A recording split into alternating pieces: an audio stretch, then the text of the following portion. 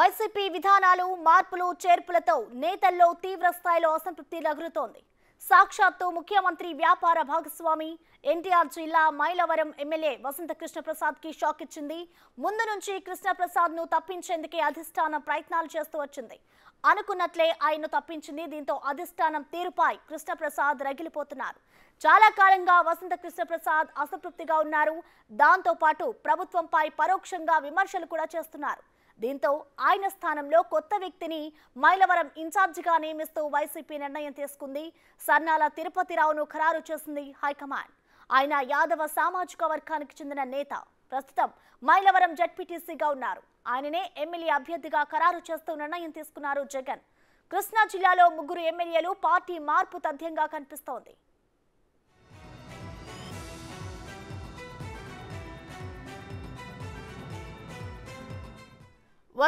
వసంత కృష్ణప్రసాద్ ఇప్పటికే టీడీపీతో టచ్ లో ఉంటున్నారని, చంద్రబాబుని కూడా కలిశారనే గుసగుసలు వినిపిస్తున్నాయి. పార్టీ మారేందుకు సిద్ధమయ్యారని అంటున్నారు. వచ్చే ఎన్నికల్లో టీడీపీ తరపున పోటీ చేసేందుకు ఆయన రెడీ అవుతున్నారని తెలుసుకున్న వైసీపీ అధిష్టానం మైలవరం నియోజకవర్గానికి ఖరారు చేసినట్లు తెలుస్తోంది.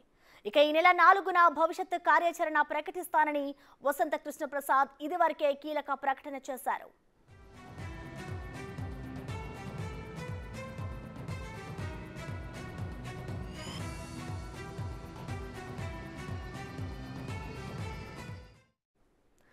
దీనికి సంబంధించిన మరింత సమాచారాన్ని మా ప్రతినిధి శివ లైవ్ ద్వారా అందిస్తారు. శివ, చెప్పండి, మైలవరం టికెట్ ఆశించారు వసంత కృష్ణప్రసాద్, కానీ అతని స్థానంలో వేరొకరికైతే వైసీపీ అధిష్టానం టికెట్ ని కేటాయించింది. సో దీన్ని ఏ విధంగా చూడాలి? మరోవైపు పార్టీ మారబోతున్నట్లుగా కూడా మనకి సమాచారం అందుతుంది. ఓవరాల్ డీటెయిల్స్ ఏంటి శివ? మొత్తం మీద చూసుకుంటే మైలవరం వైఎస్ఆర్సీపీకి సంబంధించి కృష్ణప్రసాద్కి స్టార్ట్ ఇచ్చారు. ఏదైతే 2018, 2019 ఎన్నికల ముందు చంద్రబాబు దేవినేని ఉమాని టార్గెట్ చేస్తూ మాజీ హోంమంత్రి వసంత నాగేశ్వరరావు, ఆయన కుమారుడు వసంత కృష్ణప్రసాద్ తీవ్ర స్థాయిలో చెప్పలేని రీతిలో విమర్శల వర్షాన్ని గుర్తించారు. సో ఈ నేపథ్యంలో ఆ ఎన్నికల్లో ఎట్టకేలకు వైఎస్ఆర్సీపీ తరఫున గెలుపొందిన పరిస్థితి కనిపిస్తూ ఉంది. ఉమాపై ఉన్న వ్యక్తిగత కక్ష మూలంగానే మైలవరంలో అతనిపై గెలుపొందిన పరిస్థితి కూడా మనం ప్రధానంగా అప్పట్లో జరిగింది. సో ఈ నేపథ్యంలో ప్రస్తుతం చూసుకుంటే ఆయన ఏదైతే ముఖ్యమంత్రి జగన్మోహన్ రెడ్డికి, అలాగే టీటీడీ మాజీ చైర్మన్ వైవి సుబ్బారెడ్డికి అనేక వ్యాపారాల్లో భాగస్వామిగా కూడా ఉన్నారు. సో ఈ నేపథ్యంలో ఆయనకు సంబంధించి కూడా రాజకీయ కార్యకలాపాలు కొనసాగుతున్నాయి. ఆయన రాష్ట్ర వ్యాప్తంగా కూడా ఆయన చేస్తున్న వ్యాపారానికి సంబంధించి దాదాపుగా 600 కోట్ల రూపాయల పైగా నిధులు ప్రభుత్వం నుంచి రావాల్సింది. దీనికి సంబంధించి 2 సంవత్సరాల కాలంగా ఆయన ప్రభుత్వం చుట్టూ తిరుగుతున్నారు. తీవ్ర స్థాయిలో అసంతృప్తి, ఆగ్రహం వ్యక్తం చేస్తున్న పరిస్థితి కనిపిస్తుంది. అయినప్పటికీ ప్రభుత్వం నుంచి నిధులు వచ్చిన పరిస్థితి కనిపించలేదు. పైగా తిరిగి అతనిపై కూడా విమర్శల వర్షాన్ని గుర్తించారు. తాజాగా గతంలో మైలవరం నుంచి పోటీ చేసి ఓడిపోయిన జోగి రమేష్ ప్రస్తుతం ఎమ్మెల్సీ ఏదైతే ముఖ్యమంత్రి కార్యాలయంలో ఉన్నారో తలసిల రఘురాం, ముఖ్యమంత్రి ప్రోగ్రాం కోఆర్డినేటర్ తలసిల రఘురాం కూడా మైలవరానికి సంబంధించిన వ్యక్తులే.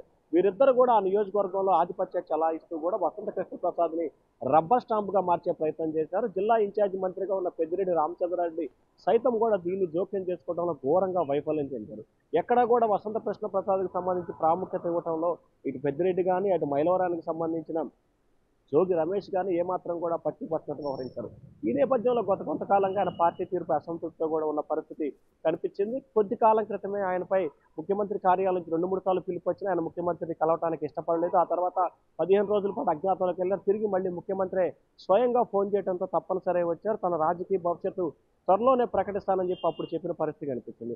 తాజాగా ఆయన వారం రోజుల క్రితం కూడా ఒకసారిగా మీడియాతో మాట్లాడుతూ అభివృద్ధి ఎక్కడా జరగలేదు, సంక్షేమ కార్యక్రమాలు జరుగుతున్నాయి తప్ప సంక్షేమం వేరు, అభివృద్ధి వేరు, రెండు కళ్ళతో సమానం, కానీ అభివృద్ధి విషయంలో ప్రజలు నిలదీస్తున్నారని చెప్పి ఆయన బహిరంగంగానే వ్యాఖ్యానించారు. ఆ వ్యాఖ్యల పట్ల అధిష్టానం చాలా సీరియస్ గా కూడా తీసుకున్న పరిస్థితి కనిపించింది.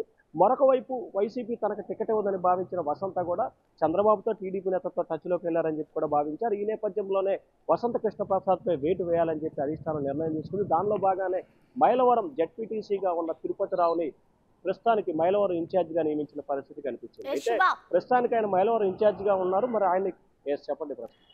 శివ, చూసుకుంటే ఇప్పటికే టీడీపీతో వసంత కృష్ణప్రసాద్ టచ్ లో ఉన్నారు అంటూ కూడా తెలుస్తోంది. దీనికి సంబంధించి ఇప్పుడు టీడీపీలో ఎవరైతే కీలక నేత దేవినేని ఉమా ఉన్నారో, మరి ఒకవేళ వసంత కృష్ణప్రసాద్ టీడీపీలో జాయిన్ అయితే ఆయన ఒప్పుకుంటారనుకోవచ్చా?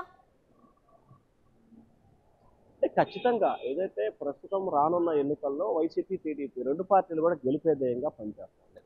ఎవరైతే సీనియర్లుగా ఉన్నారో అవసరమైతే వాళ్ళు త్యాగం చేయడానికి సిద్ధపడాలి అని చెప్పి చంద్రబాబు లోకేష్ స్వయంగా చెప్పిన పరిస్థితి కనిపించింది.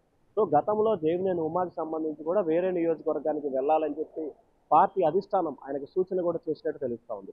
అయితే దేవినేని ఉమాకి సంబంధించి పెనమలూరు కానీ లేకపోతే విజయవాడ తూర్పు నియోజకవర్గం నుంచి కానీ పోటీ చేయించే ఆలోచనని టీడీపీ అధిష్టానం పరిశీలన చేస్తూ ఉంది.